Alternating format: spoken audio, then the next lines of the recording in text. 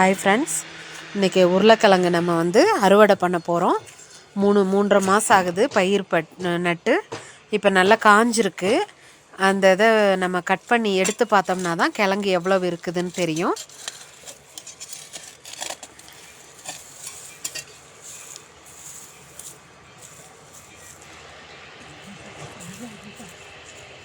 First இதில் ஒரே ஒரு கிழங்கு தான் வந்திருக்கு.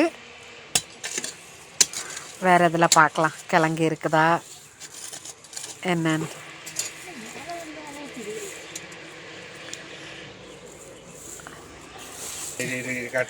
இங்கே பாருங்கள், நம்மளுக்கு ஒரு கொத்தில் நல்ல ஒரு 3-4 கிழங்கு இருக்குது.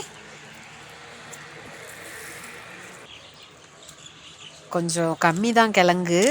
லாஸ்ட் டைம் ஹார்வெஸ்ட் பண்ணும் போது நிறைய கிழங்கு இருந்தது. ஒரு 4 செடி நட்டதுக்கே ஒரு 3 கிலோ கிட்ட இருந்தது கிழங்கு. இந்த டைம் ஒரு 10 செடிக்கு மேலே நட்டோம். பட் இப்போ தான் எடுத்துக்கிட்டே இருக்கோம். டோட்டலாக எவ்வளோ கிழங்கு வருதுன்னு தெரியல.